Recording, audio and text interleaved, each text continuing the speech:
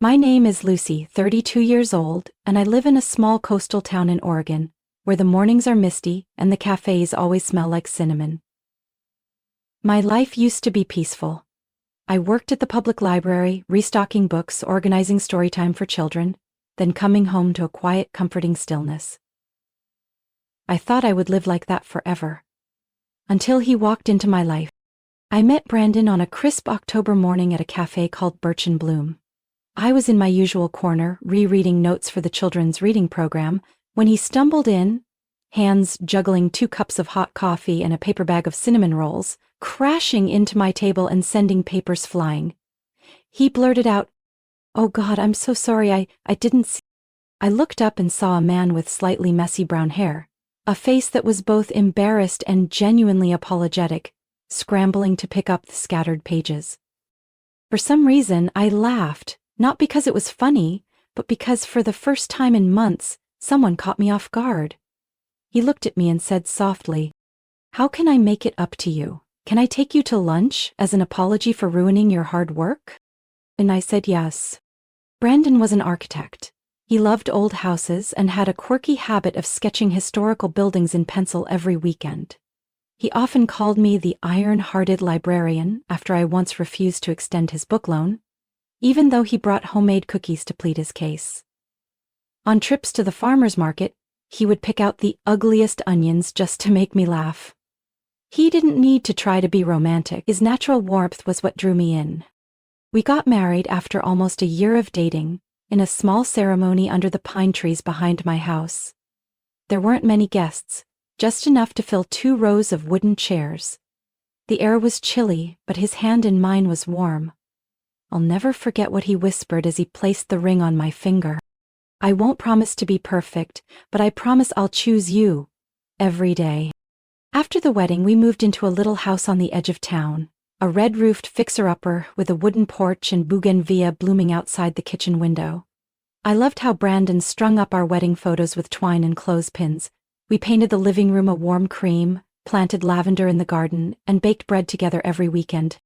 Married life wasn't flashy, but it was full of kindness. He brought me coffee in bed, waited for me to get home from the library so we could have candlelit dinners. Once, when I had a high fever, he stayed by my side all night, changing cool towels every hour without complaint.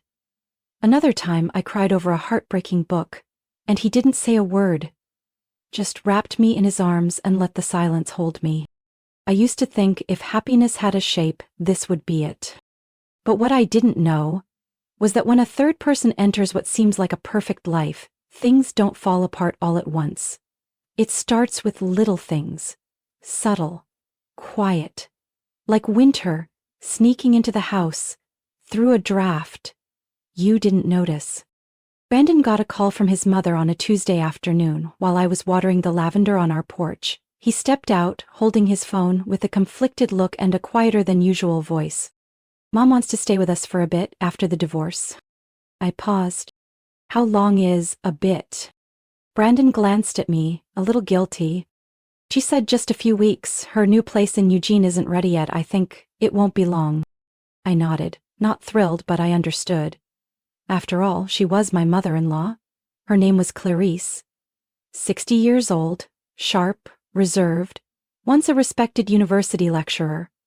I'd only met her a handful of times before the wedding, and none of those lasted more than an hour. Clarice moved in 3 days later. A black SUV pulled up in our driveway. She stepped out in a long gray trench coat, her eyes unreadable, pulling her luggage with the kind of control that didn't need assistance. When Brandon opened the door, she gave him a quick kiss on the cheek, then turned to me. "Lucy, you clearly have a gift for growing lavender, but watering in the late afternoon? That'll rot the roots, you know." I gave a tight smile. Her first words to me were a correction. At first I tried to be gracious. I invited her to dinner, asked about her teaching years. Her answers were short, polite, and punctuated by frequent glances at her watch. But what unsettled me wasn't her distance. It was the tiny, quiet changes. One morning, I noticed the spice rack had been rearranged alphabetically. My bookshelf in the reading room no longer followed my color-coded system but academic categories. She said, "You're a librarian. Surely you understand structure better than anyone. When I washed dishes, she stood behind me, gently noting. Brandon never liked the dishes turned upside down. I always set them face up so the water drains properly. Brandon just chuckled. Didn't think twice. But I began to feel replaced, one detail at a time. By week 2, I came home late after a meeting and found Clarice in the kitchen wearing my apron. The air was filled with the smell of roasted chicken, the very dinner I had planned. Brandon was at the table, beaming. Mom made my favorite tonight, Lucy, even pumpkin pie for dessert. I smiled, but inside I felt cold. That kitchen had been ours. Now it was a stage, and I was standing off script. Clarice never said anything outright cruel. She was subtle, razor-sharp beneath velvet. One night, as I prepared stew, she hovered behind and murmured, "Oh, Lucy, no salt first? Brandon's always had a sensitive tongue, didn't he tell you?" I served the stew a bit too salty. Brandon didn't notice. He ate it all and said, "Maybe next time, a little beef broth too?" I heard it. But I didn't answer. Her suggestions started to carry more weight with him. One morning I said I wanted to rearrange the reading room to work more comfortably. Brandon hesitated. "Mom thinks we should keep it as is. She says it looks neater." Or when I asked what he wanted for dinner over the weekend, he replied, "I think Mom already planned something. She said not to let you tire yourself out." Not to let me tire myself out. It sounded kind, but I felt pushed to the sidelines of a life I helped build. One night, while preparing laundry, I saw his clothes folded differently. A sticky note on top read, "Brandon always preferred his shirts folded vertically, easier to find. Mom?" That's when I realized I was no longer allowed to touch the things that once felt like mine. Brandon became more irritable. Asked why I was so quiet lately. Said I'd become moody. Told me, "Mom's only trying to help." But I knew, some help isn't help at all. It's control dressed in concern, a subtle way of saying, she understands him more than you ever will. That night I lay awake, listening to the ticking clock and the soft click of Clarice's door closing. And I realized I was no longer the only woman in my husband's heart. I found out I was pregnant on a Saturday morning while reorganizing children's books in the library's reading room. The wave of nausea came so suddenly that I had to hold on to the shelf to steady myself. At first I thought it was just stress and exhaustion, but by the 3rd time that week I was dry heaving before eating anything. I knew something wasn't right. On the way home, I secretly bought a pregnancy test and slipped it into my purse, careful not to let Clarice see. That night, after the house had gone quiet, I stepped into the bathroom, hands trembling with nerves. 2 lines. Clear. Undeniable. I sank to the cold tile floor, arms wrapped around my belly, tears blurring my vision. I didn't know if I was crying out of fear or hope. But one thing was certain. This tiny life was mine, and I wanted to protect it. Whether Brandon was still mine or not. In the days that followed, I lived in 2 worlds, one weighed down by physical exhaustion from pregnancy, and the other by the silent distance growing between me and my husband. Brandon no longer held me at night. He no longer texted reminders to eat lunch. The sweet things he used to say were replaced with cold, vague questions like, "Why are you in the bathroom so often lately? Your eating schedule's been all over the place." I knew Clarice had planted the seeds of doubt in him. She didn't have to say it out loud. Just a suspicious glance when I felt nauseous was enough. One evening I overheard her whispering on the phone as I walked in. "She avoids eye contact. She's definitely hiding something. Brandon, you should be careful." I wanted to scream, to tell Brandon about the baby growing inside me. That I wasn't hiding anything, I was just searching for the version of him I once trusted. But before I could speak, the silence between us filled every space. I started writing a journal for the baby. In a leather-bound notebook I used to jot down things I was grateful for. Every morning I wrote 1 line. "I'm still here, little one. I'm trying." I hoped this child would be the one thing that brought Brandon back. He used to dream of a home filled with children's laughter. He used to spend hours picking paint colors for a nursery that didn't exist yet. He once said, "If I have you and a kid running through the yard, that's all I'll ever need." So I made a plan. A beautiful, gentle evening, enough to remind him why we fell in love in the first place. I chose Friday, the day Clarice usually played cards with her friends at a club 10 miles out of town. I woke up early to bake baguettes using his favorite recipe. I made triple layer lasagna and a beet salad with lemon honey dressing just like on our 4th date. I lit candles around the table, laid out our embroidered linen napkins, and placed a small gift box beside his plate.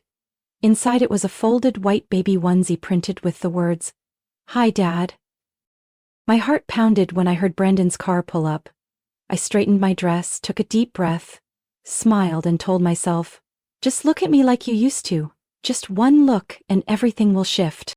But Clarice walked in first. Card night got cancelled. "Lucy, I hope you don't mind if I join you for dinner." I froze, my fingers tightening around the wooden spoon. I couldn't say no without putting Brandon in an awkward spot. "Of course not." He walked in right behind her, offering only a casual smile. "Smells amazing. Did you bake the bread?" I nodded. That nod swallowed everything I wanted to say. Because tonight wasn't about pride. It was about a quiet truth growing inside me. Dinner unfolded under soft candlelight and Clarice's watchful eyes. She asked if I'd used whole wheat flour because Brandon gets bloated easily.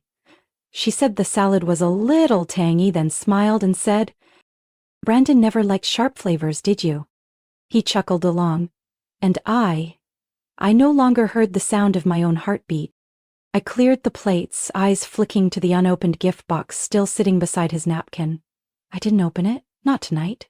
I needed a moment of peace. I needed to see the man I loved without looking through the haze of his mother's whispers. But fear crept in. A cold, creeping fear that maybe Brandon no longer stood on my side.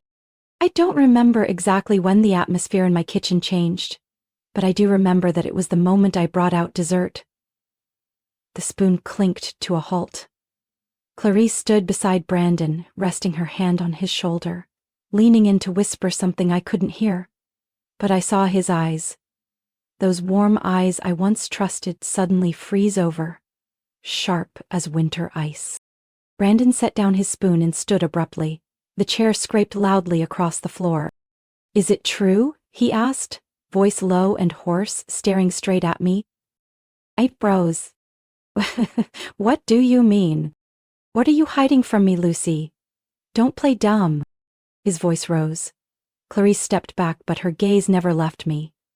No concern, just quiet satisfaction. As if this entire scene had been rehearsed in her head a dozen times. I clutched my napkin. "I don't know what you're talking about. You think I'm blind? You think I haven't noticed you running to the bathroom all week, dry heaving with no explanation, avoiding any kind of touch? You think I'm too stupid to notice something's off." His tone turned into a shout. I stood up, eyes stinging.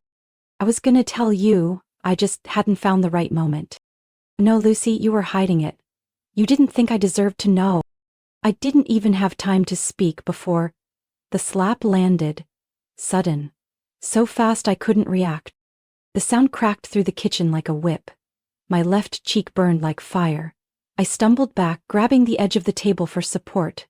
My heart felt like it had stopped. Brandon, the man who once kissed the tiniest scratch on my hand while gardening, had just slapped me. The air shattered. I didn't cry, but my stomach clenched, sharp and violent. A wave of nausea surged up my throat. I turned, ran to the sink, and threw up so hard it felt like my insides were coming out. Brandon's voice called behind me. "Jesus, Lucy, what's wrong with you?"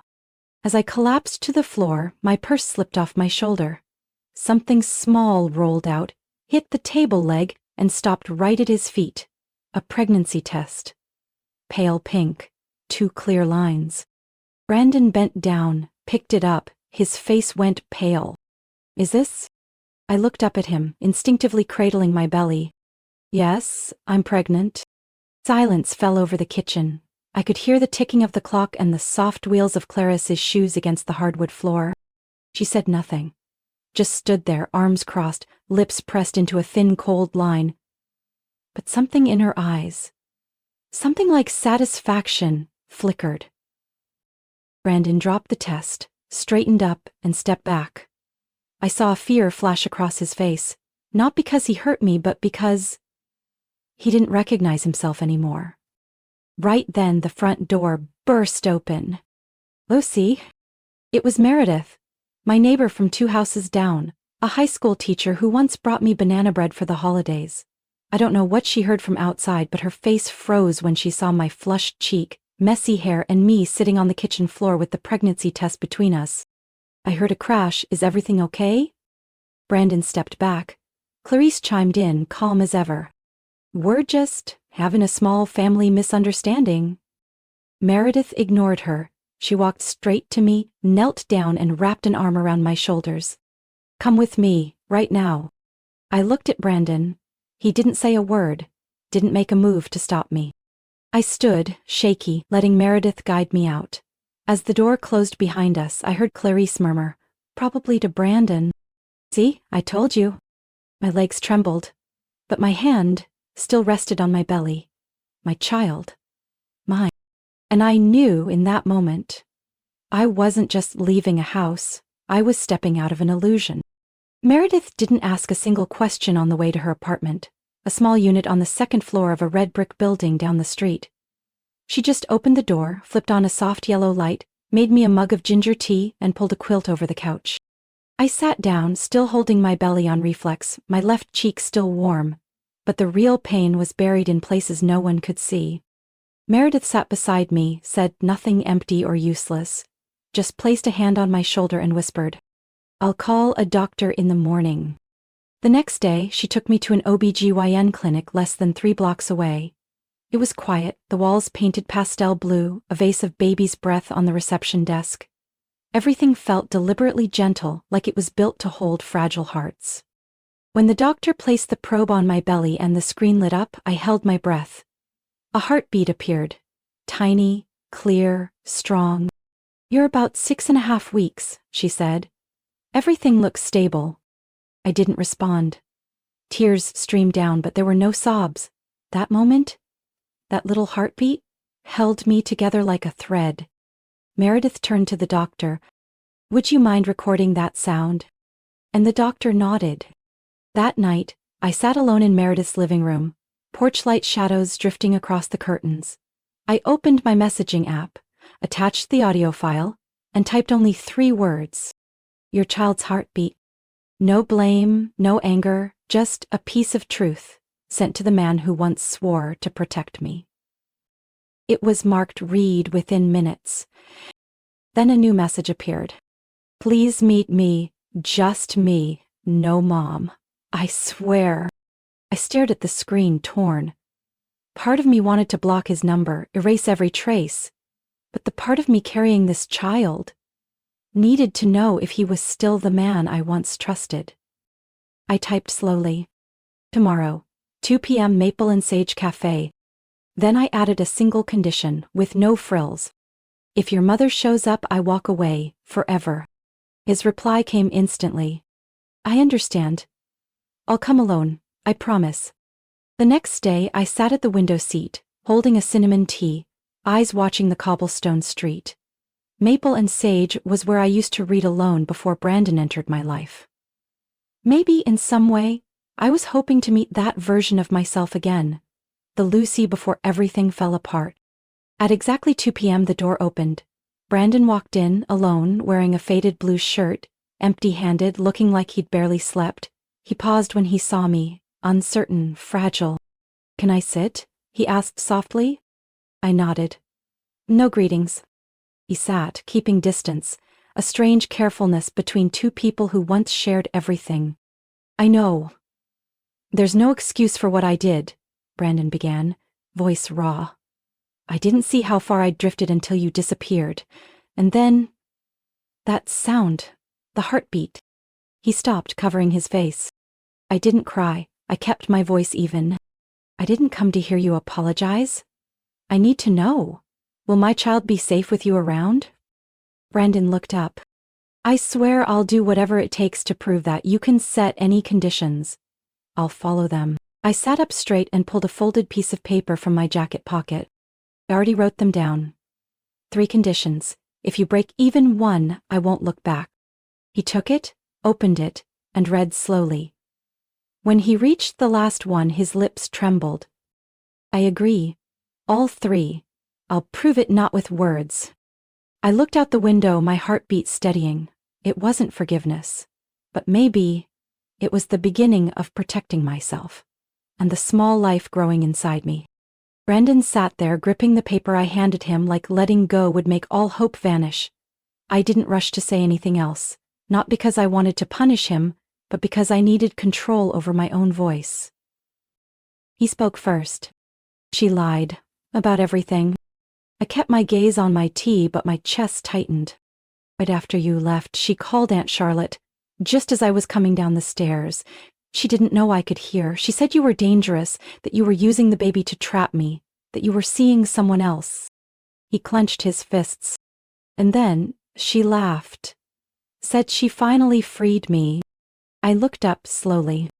And you believed it until the test fell at your feet? Brandon dropped his eyes, saying nothing, but I didn't need the answer. I pulled out a second sheet from my bag and placed it lightly on the table. These are the 3 conditions. No halfway, no negotiations. He opened it and read line by line. With each sentence, his posture sagged just a little more. 1. Clarice is never allowed back in our lives. No visits, no information about the baby, nothing. 2. You attend weekly individual therapy, and we attend couples counseling. No delays, no empty promises. 3. If you ever lay a hand on me again, even once, I will press charges, file for full custody, and never return. He looked up. I agree. I wasn't convinced. I'd heard easier promises before. Words meant nothing without action. He pulled 2 business cards from his wallet and placed them neatly in front of me.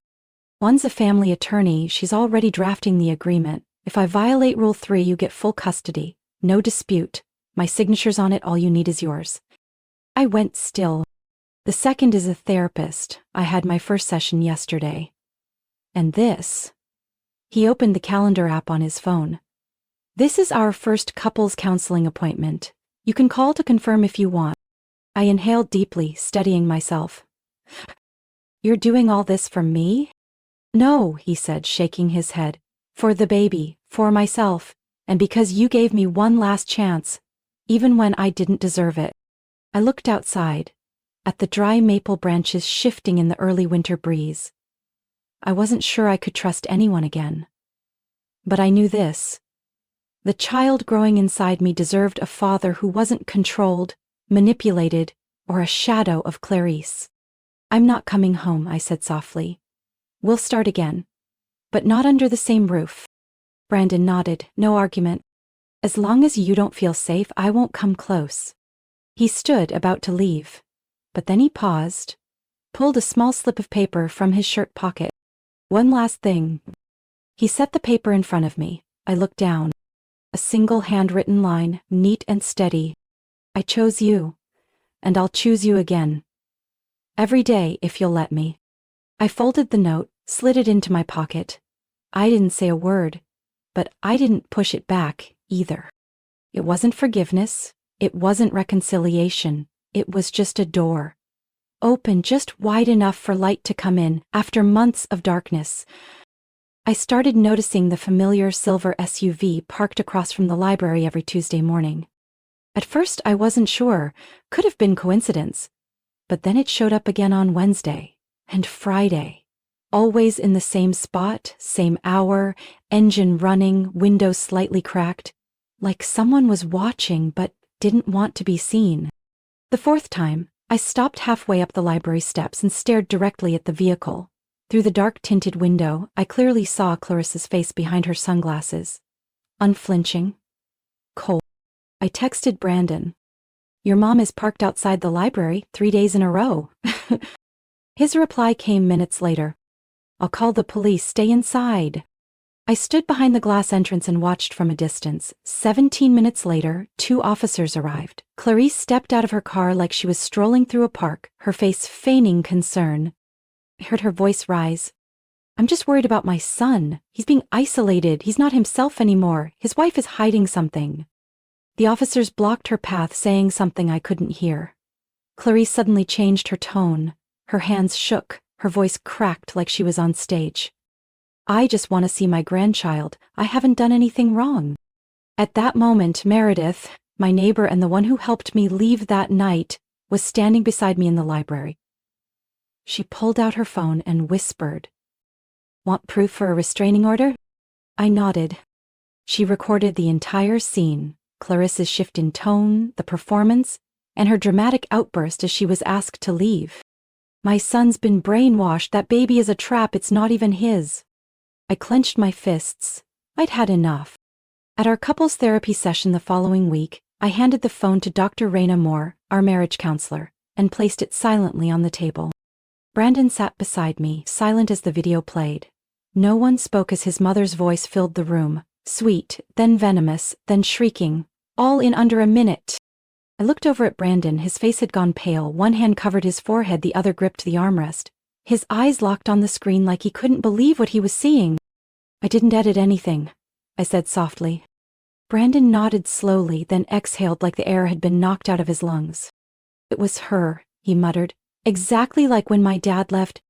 I turned to look at him. For the first time, Brandon opened up. "Dad left when I was 17.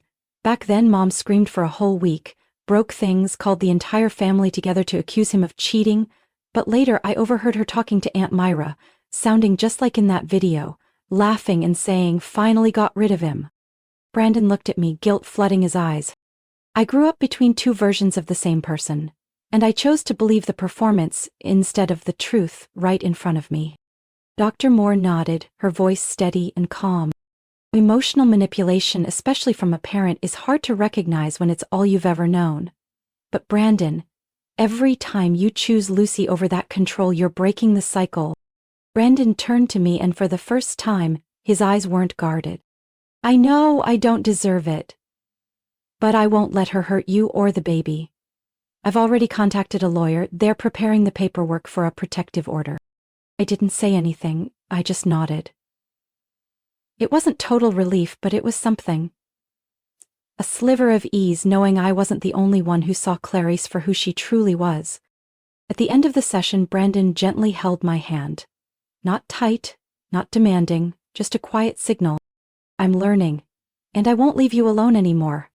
I entered the 7th month of pregnancy with both awareness and caution. Even as my belly grew larger each day, I couldn't let my guard down, not with the shadow of Clarice lingering. After that therapy session, Brandon suggested we put together a detailed plan to protect me and the baby. No more vague promises, no more "I'll handle it." Only real, concrete steps. We changed my delivery schedule to a different hospital over 30 minutes away from our previous home. The new hospital had a private security protocol for high-risk maternity cases. My medical records were encrypted under a false name, and only 3 people had access. Me, my OBGYN, and Brandon. My official emergency contact was Meredith, the one person I had trusted from the very beginning. Brandon no longer stayed with me, but he showed up without fail at every ultrasound appointment, bringing security camera layouts, shift schedules for the building's security team, and a list of new door codes for the apartment I was temporarily living in. One Monday afternoon, while folding newborn clothes in the bedroom, the doorbell rang. Meredith went to answer it and came back with a beige box, tied in a black ribbon. No sender, no return address. I sat up, feeling like a stone had just dropped inside my chest.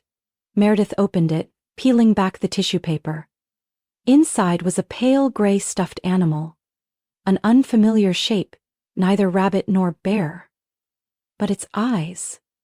Dark, sunken, stitched in red thread, rough and unsettling. At the bottom of the box was a small card, handwritten in brownish red ink. "She'll need someone who knows how to raise her. Blood is still blood, Lucy." I didn't scream. I didn't throw it. I just stared at the words until the letters blurred from tears I refused to let fall. Brandon arrived less than 20 minutes later, still in his work shirt, out of breath from running up 3 flights of stairs. He looked at the stuffed animal, said nothing, pulled out his phone, took a photo, and sealed it in a Ziploc bag. "I'm taking this to the lawyer's office. We'll add it to the permanent protective order file." He looked at me, not with anger but with solid resolve. "We won't let her cross any more lines." We upgraded the apartment's indoor and outdoor security cameras, changed every access code, set up an emergency signal between me and Meredith. 3 missed calls in a row would mean immediate danger. Brandon also added his friend Nate, a local officer, to our emergency support list. During a follow-up session, Dr. Moore asked, "Do you feel safer now?" I replied, "Not completely, but at least I know who's standing with me." Brandon sat beside me, didn't interrupt. He simply placed his hand on the table. Close but not touching. Respectful. That's how he was relearning love. With space. With patience. The following week I got a call from the hospital's administrative office. Someone had been repeatedly contacting them, claiming to be the patient's biological mother, saying I was suffering from pregnancy depression and needed special oversight. I didn't need to guess. Clarice? When Brandon found out, he immediately had my records moved to a higher secretary department. He requested the hospital revise all verification protocols and registered me under Meredith's address instead of the old one. "Every trace will be erased. She has no rights over you or the baby anymore." I nodded silently, but inside I knew. Brandon was truly fighting now. He was no longer the man who used to stay quiet behind Clarice's back. That night he sat beside me in the nursery we'd just finished. Mint green walls with white trim, illustrations of forests, owls and spotted deer hanging neatly across the room. I looked at him and said softly, "If there's one thing I fear the most, it's not her. It's our child growing up in fear." Brandon replied without hesitation. "Our child will grow up knowing that their parents did everything they could to break that cycle, starting now." I went into labor at 3:12 a.m. on a quiet March morning. No thunder, no heavy rain, just a dull contraction pulling me out of restless sleep. I sat up, hands on my belly, feeling each tightening like a reminder. It was time. Brandon arrived the moment he got Meredith's message. The hospital bag had been packed the week before, the car tank full, every step of the plan double-checked. He didn't ask too many questions, just said, "I'm here, let's go." Meredith came with us, sitting in the back seat, eyes locked on her phone, keeping contact with the hospital and Tom, her husband, a local police officer assigned to oversee my personal security throughout labor. When we reached Mercy Oaks Hospital, I was taken straight to the high-security maternity ward. Every entry point was fingerprint controlled. My patient ID wasn't under my real name, but an encrypted code known only to my OB, attending nurses, and one senior security officer. Brandon was issued a temporary guest badge with limited hours, while Meredith waited outside with Tom, who stood silently in front of the delivery room door, radio in hand, eyes never leaving the hallway. Inside the softly lit room that smelled faintly of peppermint oil, I lay on a high hospital bed, listening to the fetal monitor beeping steadily. Dr. Hannah Royce entered with a warm smile. "Lucy, today's the big day. Everything is ready." I nodded, squeezing Brandon's slightly trembling hand. He looked at me, no longer afraid, just focused. Focused on grounding me through each increasingly intense wave of pain. The contractions came like crashing waves, each one tearing down the layers of strength I had tried so hard to hold together. I thought I could deliver in silence, but in the end, I couldn't hide the shaking, the creeping panic. Brandon never left my side. He didn't say much, just whispered when I gasped for air. "You're doing so well, you're not alone." At 11:17 a.m., under the bright delivery lights and the nurse's rhythmic counting, a small cry pierced the room. I collapsed back onto the bed, sobbing uncontrollably at the sound of that first cry. A scream of life, raw and entirely belonging to my daughter. "A healthy baby girl," the doctor announced. 6 pounds 13 ounces, strong lungs, pink skin. "What's her name?" Brandon looked at me. I nodded, voice choked. "Emma. Her name is Emma Grace Walters."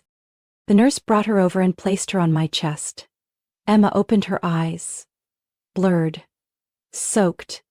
And my entire world shrank into those tiny pupils. That afternoon while I rested, a hospital staff member brought in a bouquet of white roses tied with a purple ribbon and a card. It read, "For the granddaughter who will one day need to know the truth." Meredith immediately snapped a photo and called for Tom, who was just outside. He said nothing, just nodded and placed the bouquet into a numbered evidence bag. Brandon walked in just as Tom was walking out. He saw my face, then the photo on Meredith's phone. He didn't wait a second. "I'm taking this to the attorney tonight. She's violated the no contact terms. There will be consequences this time." I didn't stop him. That night, Tom stayed at the hospital. He sat outside my room the entire night, a steady presence. No strangers appeared. No sign of Clarice. But our guards stayed up, not from fear, but because we'd learned one thing: peace must be fiercely protected. Brendan cradled Emma in his arms while she slept. He was no longer the man who once stood silent as I crumbled. Now, he sat beneath soft golden light, whispering little stories into our daughter's ear, as if weaving a new version of himself. I returned home with Emma on a sunny morning, the first sunshine after weeks of damp April rain. Brandon opened the door gently, like even the smallest noise might wake the baby, and the moment I stepped in, I knew everything had changed. The sharp lavender oils Clarice once insisted on were gone. So was the family photo above the dining table that read "Blood is family," the one she demanded we keep. No more crystal jars of peppermint candy quietly watching from the bookshelf. Instead, warmth filled the space. The living room had been repainted a soft gray. One corner had been transformed into a nook for Emma, a rocking chair, plush rugs, and a basket of tiny toys. The bedroom had new linens, even the summer blankets folded exactly the way I liked. Not the rigid military square fold Clarice used to impose. Brandon didn't say a word about the changes. He simply helped me hold Emma, kissed her forehead, and gently laid her in the new bassinet by the window. Light filtered through the white curtains, making my eyes blur, not from exhaustion, but from peace. Those first few days were full of challenges: sleepless nights, 2 a.m. diaper changes, sudden cries that jolted us up like soldiers on alert. But Brandon never missed a beat. He learned how to swaddle, how to hold her without bending her neck, how to soothe her with a quiet song. One he chuckled at himself for getting the lyrics wrong. One night I woke up to make a bottle and saw the kitchen light already on. He was there in an old t-shirt, gently shaking the formula bottle, eyes still heavy with sleep. When he saw me, he whispered, "Go rest a little more, I just changed her." I didn't step forward, I just stood and watched. The man who once broke me, now stitching things back together, quietly, one act at a time. 2 weeks later, we went grocery shopping together for the first time since Emma's birth. A calm Sunday morning. Emma slept soundly in her stroller. I pushed the cart and Brandon picked out milk, detergent, and whole wheat bread. Like he'd memorized my list. I was picking out fruit when Brandon suddenly froze, eyes locking in place. I turned, my heart tightening. Clarice. She stood at the far end of the aisle, holding a bunch of arugula, eyes locked on Emma in the stroller. Her gaze wasn't fierce. It was calculated, persistent. I moved closer to Brandon, but he'd already turned his back, positioning himself between us and his mother. "Let's go," he said quietly. "Brandon?" Her voice rang out sharper than necessary. "Are you really going to keep me from seeing my grandchild?" He didn't turn, didn't say a word. "You'll regret this. I raised you. I have the right." Brandon walked straight to the customer service desk. I followed, one hand on the stroller. He said something quietly to the staff, pointing in Clarice's direction. They nodded immediately, picked up the phone, and called security. I didn't need to hear it to know. It was all pre-planned. Clarice was escorted out. I saw her glance back, eyes wild, lips still moving. But this time, no one was listening. Brandon turned back, looked at me and Emma, then said gently, "This isn't running anymore, it's setting boundaries." That night, while I was putting Emma to sleep in her room, Brandon quietly walked into the kitchen and poured me a glass of orange juice, just like he used to when I was still pregnant. He set it on the table, then sat down beside me. "I know, redemption isn't something you prove with words, but I won't stop trying. Every single day." I didn't answer, but I placed my hand over his and looked at our daughter, breathing peacefully next to us. We didn't go back to where we started. We had come too far for that. But in this renewed home, free from the scent of control, free from the shadows of cold words, we began again. Not to forget, but to keep living. For Emma, and for the things worth protecting. My story isn't about revenge or winning. It's about learning how to rise when you've been pushed to your edge. Some people you believe are your safe place end up being the ones who lead you astray. I've learned that in order to protect my child, I must first protect myself, with clear boundaries, conscious choices, and the belief that I deserve a life of peace, free from manipulation and fear. And Emma is the reason I chose to begin again. What do you think about Lucy's decision and the journey she's been through? Share your thoughts in the comments below. And don't forget to follow the channel for more powerful, emotional stories about family, love, and strength.